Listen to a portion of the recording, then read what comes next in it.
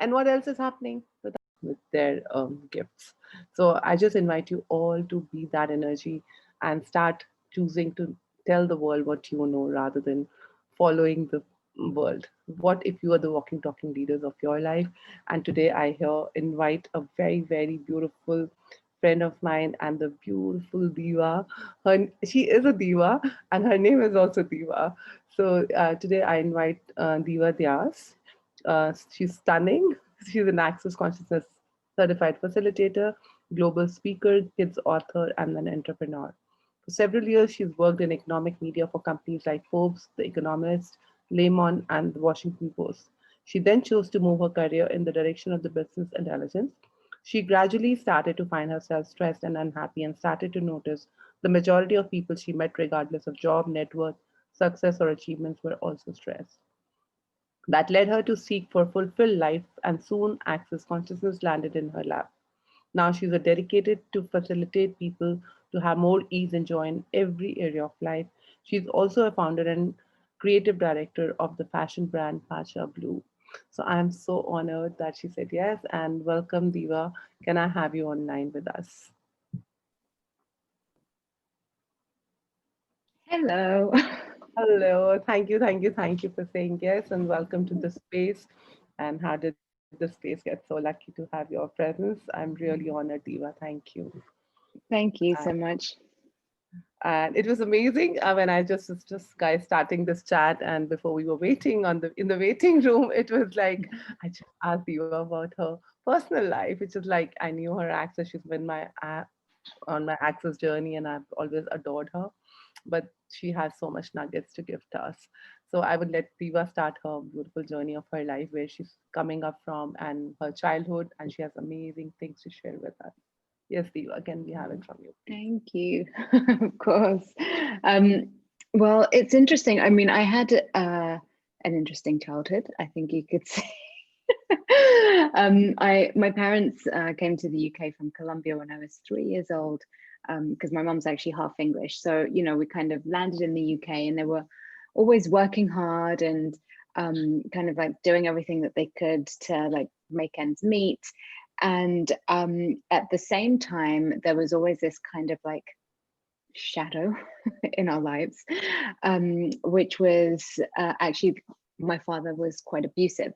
And so I was just telling Aradhana before when we were having a chat, I remember, from a very, very young age, just living in this permanent kind of fear, and fear as to whether he would go off, whether there would be violence, and just a lot of intensity that I think when you're going through it, it's just normal for you at the time. But of course, I was very young, and I have a younger brother too, so it was pretty full on. But my father was diagnosed with paranoid schizophrenia when I was quite young, and I am actually incredibly grateful because I mean, I can't imagine what it was like for him. I was too young at the time to even know if he had any treatment or what treatment he went through. So, we all kind of have like our inner demons, if you want to call them that, or inner things that we're handling. So it's not about blaming anybody, but again, like from his point of view, it would have been a very different situation than it was for us and for me. And but it was actually through having him in my life that I really started to get interested in this whole topic of people who are just different, people who have been diagnosed with different things, because I also saw the incredible amount of creativity, intelligence, entrepreneurial spirit that he had. Incredibly charming, hilarious, funny, like brilliant, off the charts.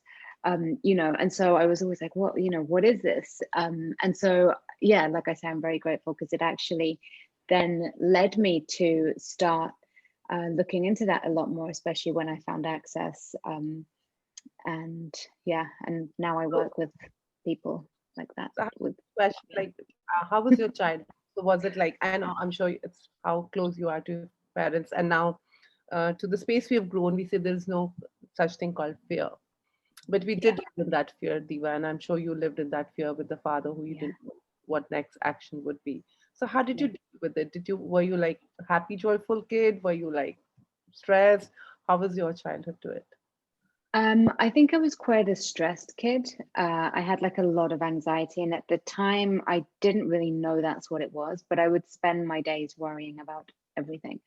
And I remember, as I was telling you just before we jumped on, like, I remember really being kind of like having a lot of suicidal thoughts and tendencies from the age of about 8. Wow. And I remember sitting on the floor of my bedroom one day, just furious at God. I was raised a Catholic, so regardless of what you believe in, that was what I had at the time. And I was furious with God because I couldn't just choose to die.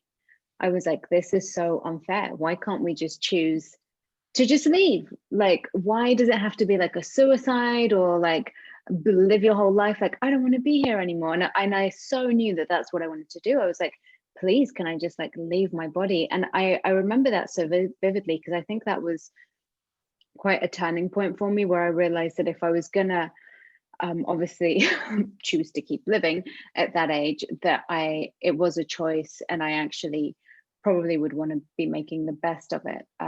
But I was always kind of a quietly confident child. And my mum always instilled in us a lot of independence. And she was brilliant because she was always asking us questions from when we were very, very young. Yeah, honestly, she has no idea how brilliant she is as a parent, but for us she was always like, okay, well, if you choose that, what's going to happen? I remember not wanting to do my homework and thinking, if I complain enough, she'll do it for me, because that's what my friends would do. And I remember her looking at me and going, oh, you don't want to do your science homework? Well, I'm not the one that has to go to school tomorrow and say that to the teacher, it's you. So if you don't do it, what's that going to create? And at the time I was like, this is so annoying, I can't control this woman. But it was brilliant because what it taught me was that every single choice that I make creates something. So my brother and I were both fiercely independent, and I think that was really, really key in us recognizing that we were the drivers of our own life, and we could drive our life in any direction that we wanted. You just had to be willing to, well, in the words of my mother, like, be the best you can be. If you're gonna choose to be a school teacher, a bus driver, a professional skateboarder, who knows, enjoy it, but just be the best that you can be. So I think that kind of mentality really helped me a lot when I was a kid, without realizing it. What would you say, Diva, for the kids who actually go through this troublesome childhood with the Yeah. parents, one of the parents, in spite of seeing that, parents are intelligent, amazingly creative, and yet Yeah. at the same time going through another thing, and as kids growing up with that atmosphere, how's it, and how do you deal, and how much, and does that twist your future? Because today you are here Mm. creating, and so beautifully. I mean, had I not even asked you your word, I didn't even know. I mean, in everybody's Yeah. life, there is something that keeps going on. But Yeah. how did you turn that into such a productive, such an amazing life? That is a good question, and thank you. I never felt like I was turning things into productive life. I'd say, like, what I would say to kids going through this, or anyone going through, like any form of mental, emotional, psychological abuse, even violence. Um, like, what if you can just take one step at a time?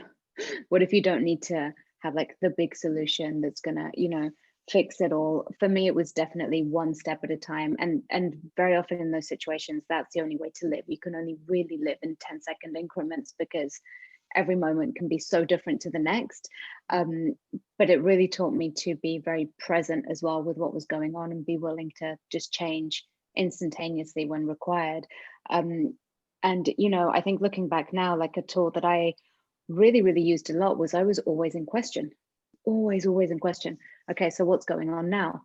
Okay, so do I need to be aware of something here? Is something going to happen here? Do I need to put my attention on this? Is everything okay? Is my brother safe? Is my mum safe? Like, are we physically safe tonight? And of course, those aren't the questions that you necessarily want to be asking, but we are in the situations that we're in. And with that, it actually, I think, really got me to be present in a different way. So I would say, just rather than going into the wrongness of yourself for having that going on in your life, what if you could just acknowledge like how brilliant you are and how much strength you have that you probably don't even realize you have, and just stay in the question every moment of what's required on a very basic level. I mean, I could talk for weeks and months about this, but Yeah. as a very Yeah. starting point. So also, I think that led you to the X-Men series, and you take care of I mean, you facilitate X-Men series in the world. So, can you say more about it? Because I think your father had those all the Yeah. criteria of men, meeting up the X-Men series. So, how did that help you now, and how could that, and what is that about X-Men? Yeah, absolutely. So, um, Access X-Men is one of like the specialty classes in Access Consciousness. So it's kind of like one of the, I don't know, branches, if you like, where we're able to dive into that topic in a lot more detail. And it's called X-Men because if you've seen the movies or you've read any of the Marvel comics, you'll know that the X-Men are they're people that have these superpowers, and everyone is different to each other. But they think that they're messed up, and they are often trying to not have these superpowers. And, they think that they're terrible, but actually they're incredible. And so the X-Men, classes and material is all about that, about how what you think is wrong about you usually is your greatest strength. But also a lot of the people who have been labeled and diagnosed with different things, from obsessive compulsive disorder, attention deficit disorder, autism spectrum disorder, um, you know, the thing that I said that my dad has that now has left my brain, schizophrenia. Bipolar, like all those different things. And I mean, it's very funny because for me, like a lot of people in my family have been diagnosed with these different things, but it was always this kind of stigma of like, no one talk about it. Everyone knows about it, but no one say it out loud because then it makes it real. And there was certainly, those of us in the family that also had a lot of those traits, but were never officially diagnosed because it didn't show up so much as a problem. It was just kind of quirks in our personality, if you like. And so for me, it was really interesting. Growing up, to me, all those things were normal. I mean, my babysitter at one point was a good friend of the family's who had bipolar. And it seemed like I had so much like real life experience with all those different labels and things. And so when I came across Access and I found this material for the first time, I was like, wow, all of this stuff that I thought made me so weird, that I was such a misfit, like in school, in the corporate world, that might not be such a terrible thing. And I started to kind of look back over my life and realize how I had been using all of my capacities and not acknowledged it, but also the different areas where I had really not, where I had really just thought that I was messed up, actually, and how none of it was a disability. And so the work is, we basically work with people who either have been labeled or haven't been labeled, or their parents or their therapists or whatever.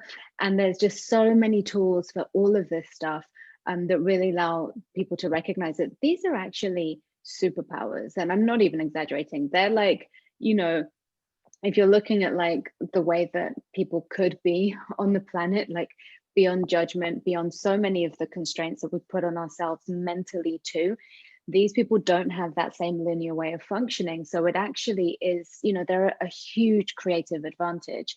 And so what we do is we empower them to start recognizing that in themselves, so that they have a different choice for their life, and for anything that they want to create as well. So could you talk more about little bit about your corporate world where you were into like Forbes and all that big names? So how was it? How did you like kind of why did you leave it, and what was the stress, and like because I'm sure a lot of corporate people are going through that stress, and how Yeah. capacities and how to recognize, like for example, like what kind of capacities do you think were you using to your advantage, which you came to know much later, and if Yeah. you known them earlier, how would have you used them? So if you would like to Yeah. share it.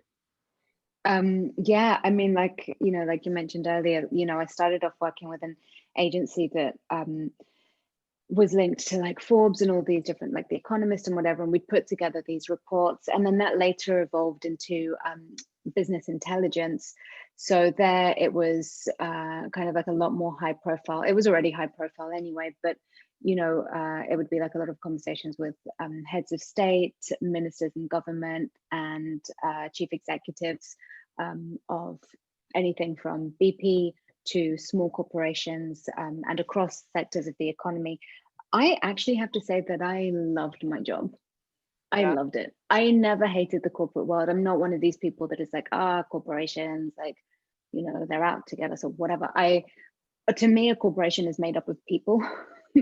So if they're doing terrible things, it's actually the people, like, and so what I really enjoyed in that job, I think, was the people too, and seeing how many different kinds of personalities and all the different skill sets that people had.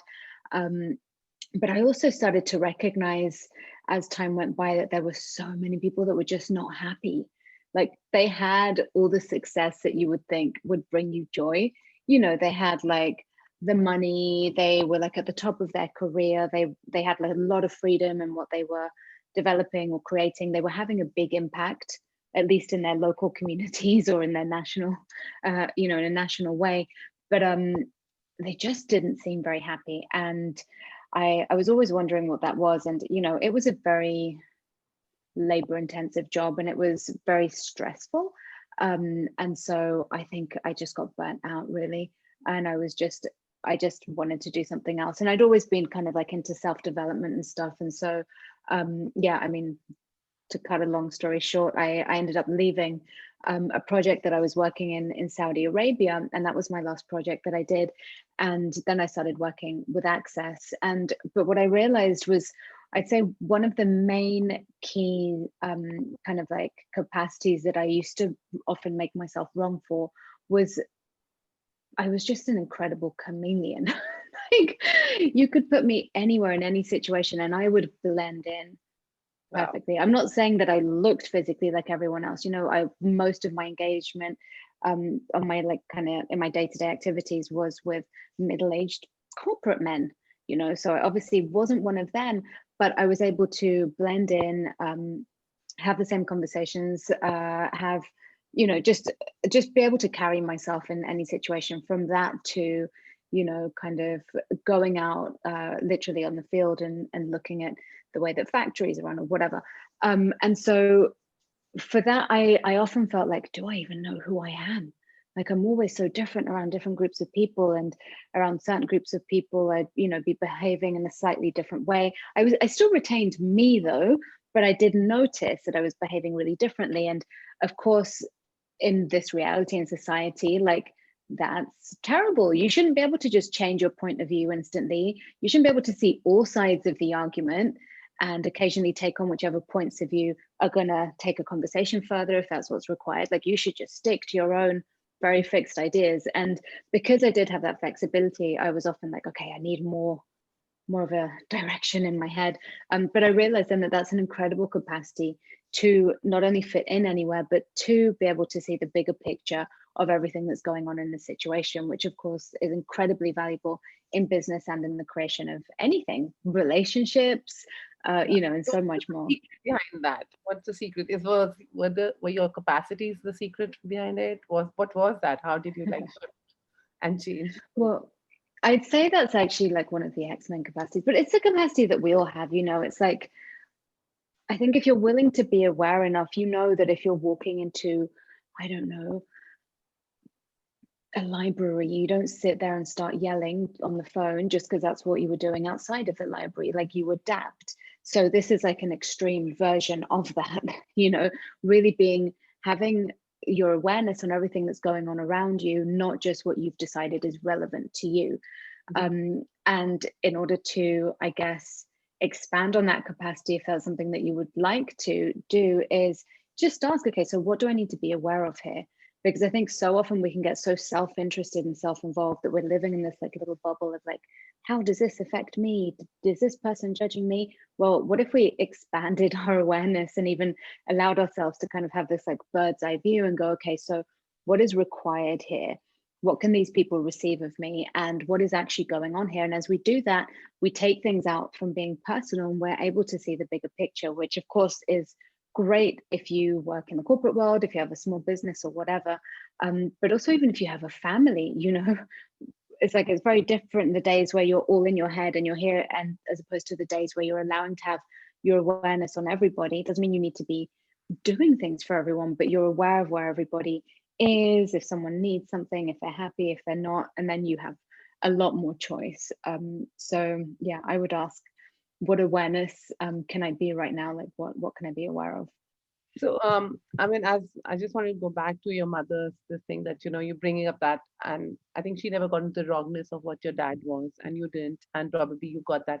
I think what I could see was that the full capacity of dealing with different kind of people because you were already dealing with a lot of stuff in your Yeah, childhood, and as we always say, what's right about it. So probably yeah, you gauge that power and capacity in your corporate world, and that you use to your advantage.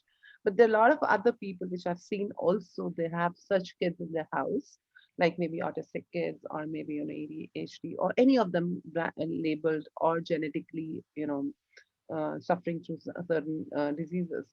How do you tell them to deal with them? I think is it that you have been that kid and your father has been there.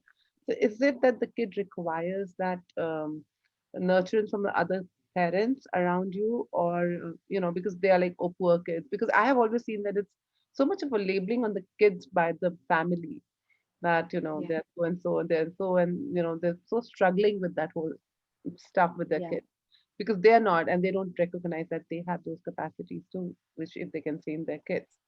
So would you little say about that to a little bit of those parents who are actually dealing with such special kids? Yeah, absolutely. And thank you for the question, because truly it's, again, it's like one of those topics that I think it can be quite confronting to look at if you're living with it in any way.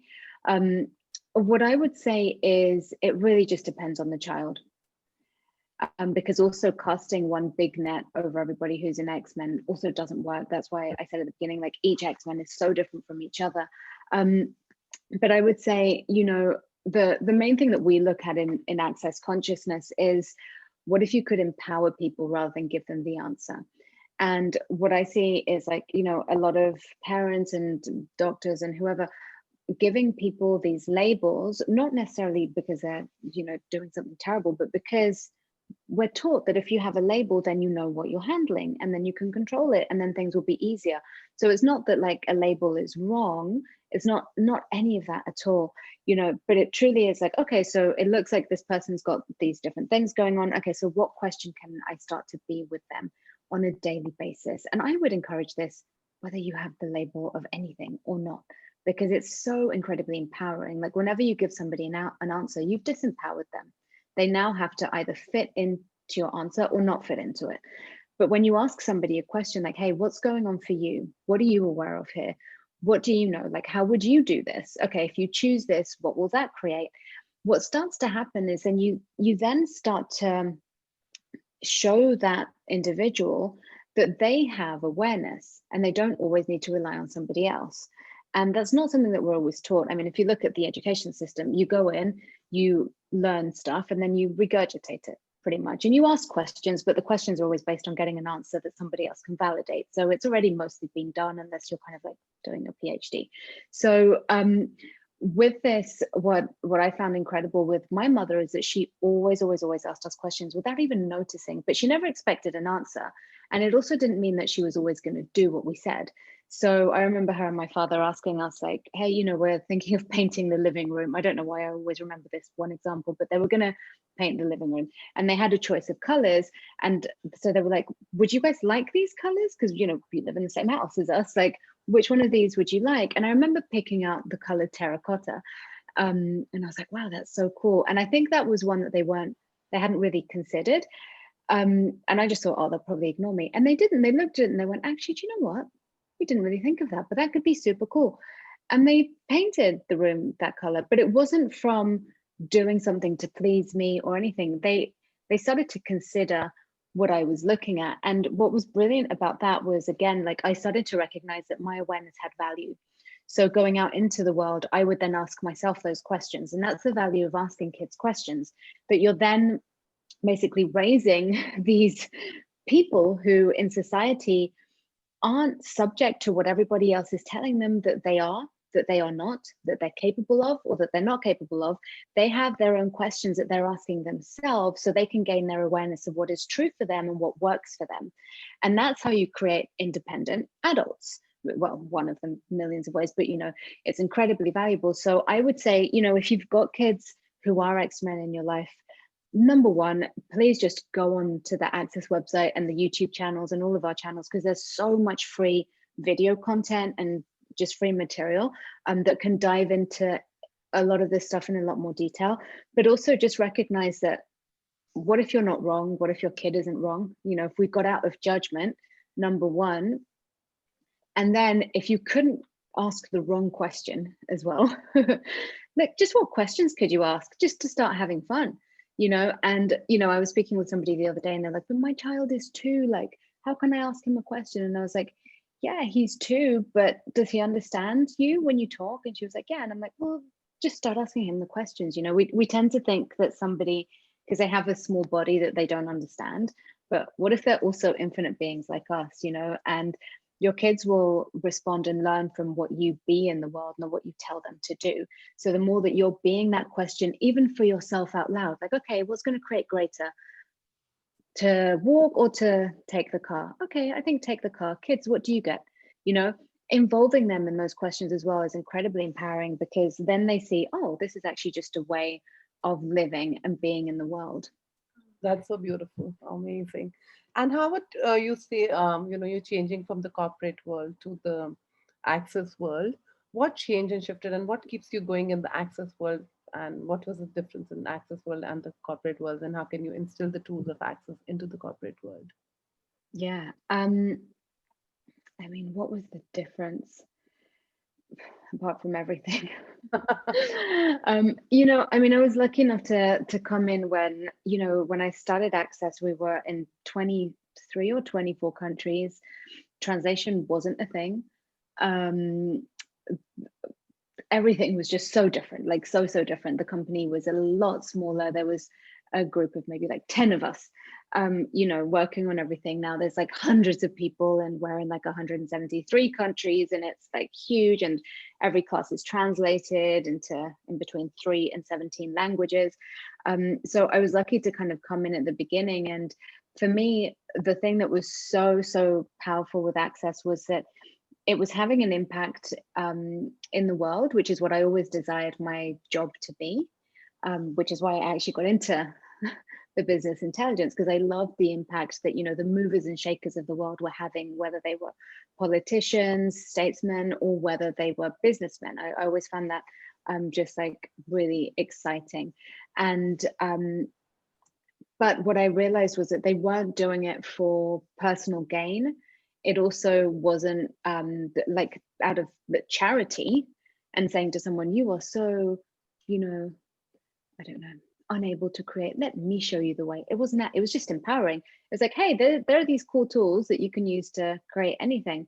Do you want to come along? And so it was just like this freedom, and it Um, gave me so much more of a sense of me as well, and the impact that I saw that the tools of access were having on everybody that they touched was just astounding. So I was like, I'm in 100%. uh, so how do you, I mean, how do you make money by just being you? I mean, just being me. I mean, you said you're giving me, but money is important. So money is, working in corporate for people who have to look after the family, Yeah. and you just can't be joyful and have money, right, Diva? Well, the thing is, like, I think we mix it up. I think we have this either or universe, which is actually one other funny part, I guess, of my story is that when I had left the corporate world, I also decided I am never going to do any spiritual thing or self development modality ever again, because everything either says that I am a money grabbing capitalist because I work in the corporate world. They don't even know me, but they're so quick to label me as that. They don't know that I actually care about the work that I do. And I see that the impact that these people's choices are having in the world. They don't care. They just label me as that. Or they want me to be sick and poor so that I can be spiritual enough to fit within their thing. I don't want to be either of those things. Wow. So goodbye to everything. And so when I discovered Access, I actually needed $1 million for a startup company that I was creating by myself at the time. And I had no idea where to get this money from. I had spent all of my savings on businesses that had failed and projects that had failed. And so I came across this woman on the internet, and she asked me, hey, like, would you like to have a free session? There are these great tools from Access Consciousness. And I was like, no, thank you. I am done with all of these crazy things. I am now just going to be a regular person. None of that stuff works for me. I was terrible at vision boards. I mean, I wasn't terrible. I was great. Like my vision board was the most perfect vision board you ever saw, but it never created any results. Like meditation, I could meditate forever. But then the moment I opened my eyes, my life was the same, and so all those things. And luckily for me, she insisted, and I said to her, "Okay, fine, just give me a tool. Like, you're so annoying, lady." And I was like the worst client. And so she gave me a couple of tools, and I used them. I used these two tools for 3 weeks, and within 3 weeks, I found myself in London, having arrived there with no money, and I was being offered $1 million Wow. for this startup company. Yeah, and it wasn't because I had all the right contact. I had no contacts in this area. Like I didn't want to pull from contacts that I had. So everything was brand new, created from this. And that's what made me realize, oh, these tools, when applied to your work, to your life, that's what really, really can create miracles as well. It wasn't about me suddenly sitting on the sofa and being like, I'm being all of me. I'm so happy. Now money fall on me.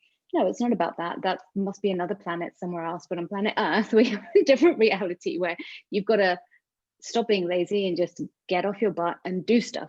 And so I have always enjoyed business. And for me, the part of being me and how does that make me money is I choose projects and I create businesses and I work with businesses that are in line with what I enjoy. So, my fashion business, it may be like, well, that doesn't create more consciousness on the planet or whatever. But what if it does in its own way? And I love fashion and I love Peru and the alpaca wool that we work with. And I love seeing all of that come to life. And I love the communities that we can give back to with that as well. So I use all of the access tools and I am being more of myself in business, which then creates more for the business and for everybody involved, from the customers to the ladies who hand make all of our stuff in the factory. And so to me, being you again is really being you, but not having to throw away your life, is being you within your life and using the tools so that everything that you touch, you bring an element of you to it. You're not trying to be like somebody else. You're not trying to do things the way that other people have told you have to do them, especially in business, and for entrepreneurs too. Like, how much are we told, like, follow these 5 steps and you'll have the success? Or even with parents and parents of kids with disabilities, like, this is the method, and do this with them and don't listen to them when they cry and let them do whatever, and so often that stuff doesn't work, which is why you're doing the same thing over and over again and never really getting result. And so the being you can mean so many things. It can be about being empowering, but also about being really strong and putting your foot down when you need to, but doing that without apology, and doing that in a way that is not necessarily mean or detrimental to others, but still has this strength behind it. So it's like this multifaceted way of being in the world that you then take to anything that you touch, really. So it's not only about using the tools, but taking an action along, including you. Absolutely. Yeah. It's not like people just use the tool and sit on a chair and wait that you'll put the tool and you question and things will move. It's the question and then take a choice, right? Absolutely. Take action. We have this weird point of view that if you're spiritual and you're enlightened, that you're just going to be floating just above the ground, meditating. But I don't really see that working for anybody. Would if you're actually an infinite being, like a being that has so many possibilities, would you really just want to sit at home and wait for people to give you money? What are you going to spend it on if all you do is sit at home? And why would money be the most important thing? So are you quite as spiritual as you think you are? And so so it's like, what is actually true Yeah. for you? I mean, I'm sure you've been through the corporate world and how people only talk about money, money. Can you say a little bit around the money with the X-Men, with the money, with everything that you know in life about money? And what would you like to say to the viewers if they're making money greater than them? Oh my goodness. If you're making money greater than you, good luck. um, oh Lord, it's such a big topic. Um, I would just, like, the main thing that I would say is you've got to just start to see what's actually true for you. Like, bottom line, you just got to see what's true for you. If you have been like obsessing about money, and I use the word obsessing on purpose, not because it's a bad thing or to try and say that it's terrible if you think about money a lot, but and I used to have this too. I grew up with not a lot of money, so my thing was always like, I've got to have enough money to take care of me and everyone in my family. But not from a generative place, more from like the panic of it. And so what happened was that I would then choose things that weren't really going to work for me just because they had the promise of money, which meant that I wasn't so happy. I would then perhaps not be delivering things on time or to such a good, quality or whatever, because it just wasn't really something that I was into. But also, very often, it was the awareness that that thing wasn't going to give me the big payout that it promised. And so when I stopped making money the answer, and I started looking at like, okay, well, none of that's working clearly.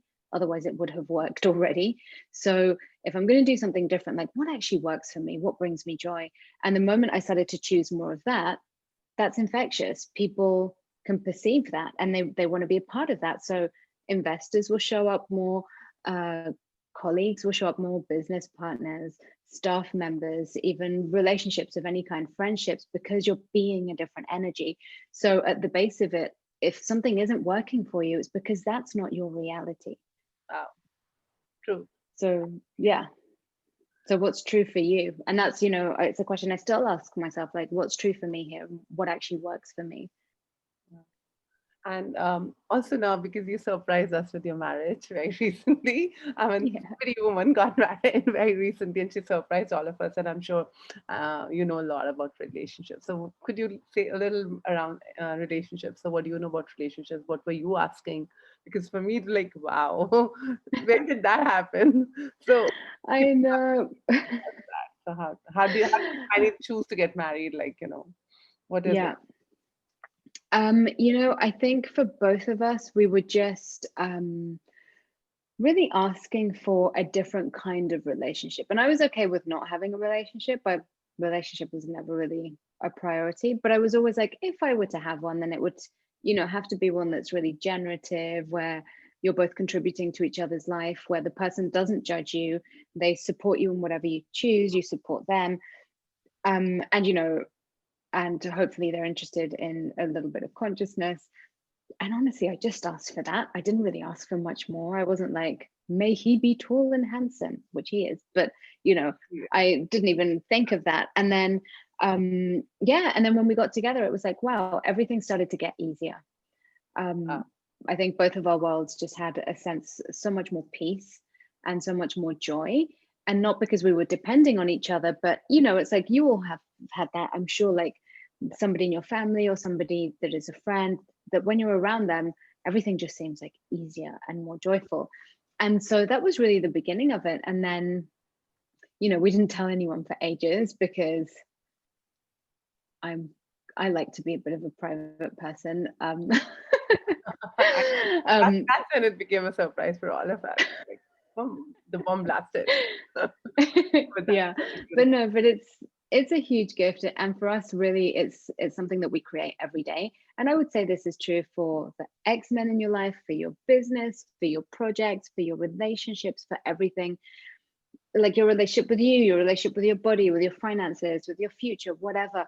Like, what if it is constantly an ongoing creation and not just a job that you have to get done and take off the list? Okay, I've got a relationship, tick, that's done. Because that's when things start to deteriorate, or so often I see people start a business, or and in the first couple of months they're into it, and after that starts to deteriorate. Well, how often do we then go into maintenance mode rather than really staying in that creative mode? And for us, in our relationship, where well, like we spend a lot of time together, but we love it, and we're constantly asking questions for everything.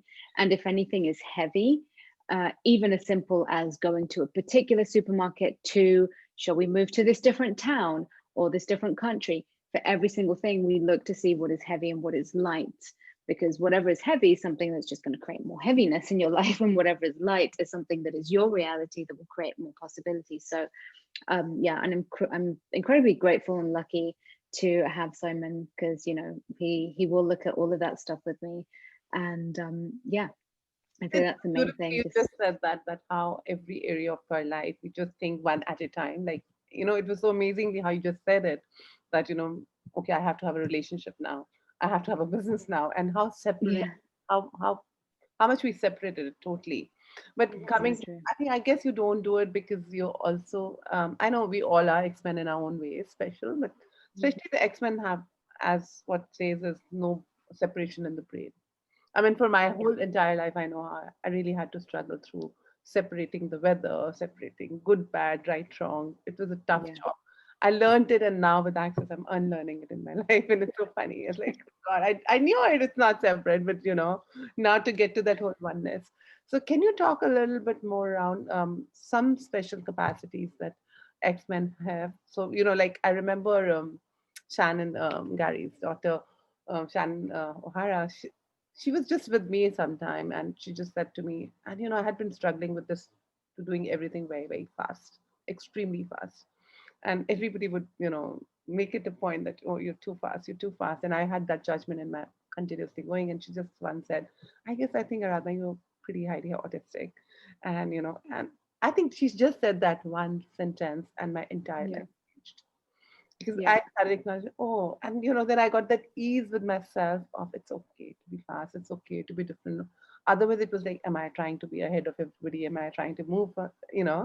So I just would like, I know people can join in your classes, your workshops, they're amazing. And I've just recently attended yours, and it's like, I love you anyway. So, Thank but you. few of the tips that you would like to give them, which you really, really see generally, like a lot of people who are actually X-Men don't even know they're X-Men, and that these are Yeah. special capacities they have and they've been making wrong. So if you could just give few of them out Yeah, to the of viewer. course. I mean, I'd say the main thing is like anything that you think is wrong about you, like you were saying, Aradhana, with being really fast, start to ask yourself, like, what capacity is this that I'm not acknowledging? And just begin to ask, not so that you can have an instant answer, but so Mhm. that you can start to open the door so that that capacity can start to show up, not just as a judgment of yourself.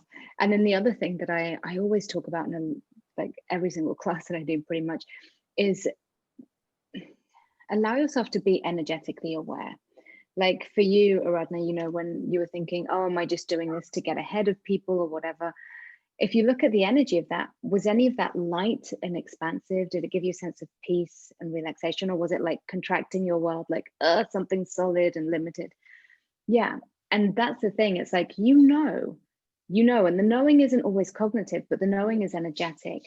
And that energy, when things start to feel like they're closing in on you, there's less available, there's less opportunities, you're stuck, you've only got two or three options. That's the energy of something that's heavy. And that's actually your awareness telling you this is not true for you. Might be true for others, but it's not true for you. Okay. So this is where you've got to be willing to be very, I'd say, really trust your awareness. And it doesn't mean believe your thoughts that you're having about yourself, but trust your awareness and notice that it's stuff that you've got going on in your mind as feelings, as emotions, whatever. If that isn't peaceful and if that doesn't expand your world and give you a sense of like, wow, there's so much more available. If it doesn't do that, then it's just not true for you. Okay. And for X-Men, that is their reality inherently, that everything really should be possible for them. They don't really function from judgment. They have a lot of possibilities that I won't go into them because it's, we would need like several days, but which is why a lot of the world seems very heavy to them. Why? Because it's just not their world, it's not their reality. So once you started to recognize, okay, this is really heavy, then what do you do next? The next thing is you start asking, so what would my reality be with this? Beautiful. And allow yourself to relax into the question and ask yourself, okay, so what is my reality with this that I haven't acknowledged? I mean, I do this with Simon, my husband, the whole time. We could be like, talking about anything from something that seems significant to like what new sofa should we get? And if it starts to get crunchy and like heavy, then we take a step back, both of us. And one of us will always say, okay, so what is our reality with this? And it seems like it's so insignificant, but it actually starts to really build the muscle so that you instantaneously know, oh no, that doesn't work for me. Oh no, that's not true for me. That's not relevant in my life. That actually is someone else's belief or judgment or point of view. That's not mine. And so you want to really practice this like with every single thing. Like, body, would you like to eat this, or should I do this business, or whatever? Start noticing the energy that comes up with every choice that you make, because then it's going to be so clear to you as you go along and as you build that muscle, what is actually going to create the life that you desire and what is just going to create more of what you don't truly desire but you think you want. And so, what would you say around the healing and the oneness and all the spiritual stuff which you have always been running away? And so, what do you have to say around that? What is that? Around healing and oneness. Yeah. Well, you know, like the way that Gary Douglas, who's the founder of Access Consciousness, the way he describes oneness is where everything exists without judgment. And so to me, that's the greatest form of healing there is. Like these tools are not designed to heal anybody, actually. And I mean, anybody is in anyone or even any physical body. What they do is they empower you to start undoing the unconsciousness and the anti-consciousness that you've been functioning from. They start to undo the judgments that you've been living from, the beliefs that don't really work for you and aren't true, because you also can't get rid of stuff that's real, by the way. You can only get rid of lies. And as you start to strip away all of that stuff, what happens is your body begins to heal itself, and your life and your reality begin to heal themselves too. And to me, that's true healing. It's not about doing anything to someone that they're not capable of doing themselves. It's about creating that empowered place where you make the choice to go, do you know what? This limitation isn't working for me any longer. I may not know what's on the other side of this, but I'm going to ask for it to show up, and I'm going to trust that somehow the universe will deliver and I will receive it. And in that choice, that to me is incredibly healing, because true healing is actually being able to change anything Yeah. from what it is into something And different and you can something change it greater. for you. Only you can change it for you, not no one else can change it for you. Yeah, yeah. True. How beautiful. That's just so beautiful. So yeah, and what else would you like to tell about yourself, your work, to my viewers and like watching it now or in future? How can they connect? Of course, we are putting all the links how they can connect with you. But would you like to invite them to your work and different businesses that you do, so that they can just get in touch with you and have the Sure. Yeah, absolutely. I mean, I'm on Instagram, I'm on Facebook, I'm on YouTube, as are most people these days. And there's also my website, divadiaz.com, where in there, if you go into the V blog, it's a video blog, I have a new video up every week. And, you know, I give away a lot of the tools of access consciousness and the tools that I'm using. So you can check that out. And there's lots of classes coming up, lots of new products that I'm launching very, very soon in the next week or so. So yeah, you can check it out online or and send me a message. yeah. And what about the Pacha business, the Pacha Blue? What is that? If you can say more Yeah, about that. yeah. So Patcha Blue is the fashion business that I have, and we basically make luxury, and it's sustainable luxury basically. So we make these gorgeous capes, all handmade from alpaca wool, and alpaca wool is one of the most superior wools in the world, far superior to cashmere in many ways. And so it's this incredible, like long-lasting, slow fashion fiber, so you can pass it down from generation to generation. And yeah, that's what we do. So Uh, that's online as well. and what would you like to say around never give up, never give in, never quit? Because that's the key line of this talk show. What would you like? You know, it's funny because years ago I facilitated an Access X-Men class with Gary Douglas. I had the joy and honor of doing that. And during, I think it was a lunch break, we went on to Voice America and did a show just about this: never give in, never give up, and never quit.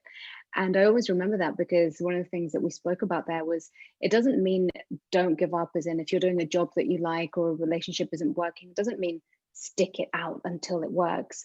Never give up, never give in, never quit is about not quitting on you and your awareness and what you know and what is true for you. So if you know something isn't working, what if it's not about giving up on that thing, but what if it's about you sticking with you and going, do you know what? I'm not giving up on myself here.